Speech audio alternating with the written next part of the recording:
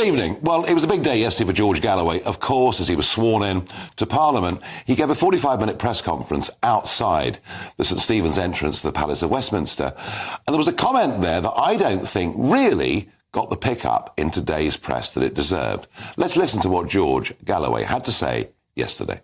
So that's what I'm predicting here.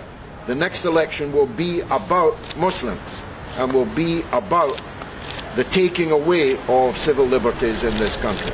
It's Sunak's last hope. I pray for the social peace of our country that it's a forlorn hope. There you are. The next election will be about Muslims. I pray for the peace in our country. Quite disturbing words. I've said to you for months that full-on religious sectarian politics was coming to this country. I've had guest after guest in the studio telling me, Nigel, you're wrong. It absolutely isn't going to happen. But when you see him saying the next election will be all about Muslims, you realise we are there, folks, already. What did George Galloway mean?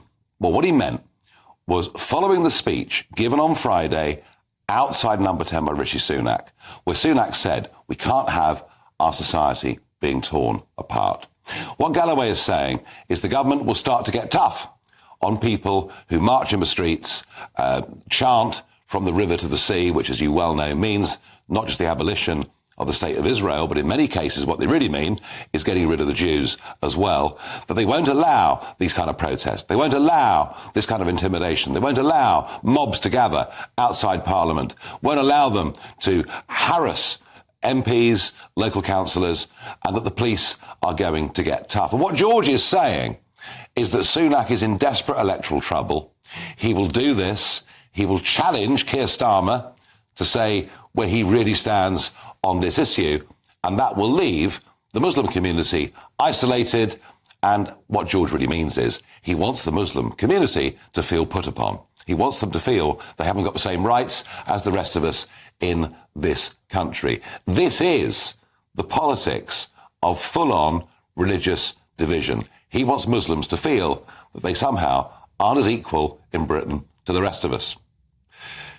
When it comes to him talking about he fears for the peace, well, I fear for the peace. I fear for what happened in Parliament Square just the other week. I fear for fundraising dinners, council meetings that are being set upon by 20 or 30 young men.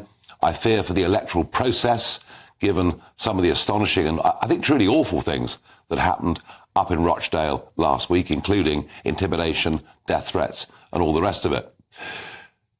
But is he right? In electoral terms, is the next election all about Muslims? I want your thoughts on this, please. Farage at GBNews.com. In a funny way, the Muslim vote could make a very, very big difference to Labour. I met not an hour ago a Conservative member of Parliament. He's got a very small majority.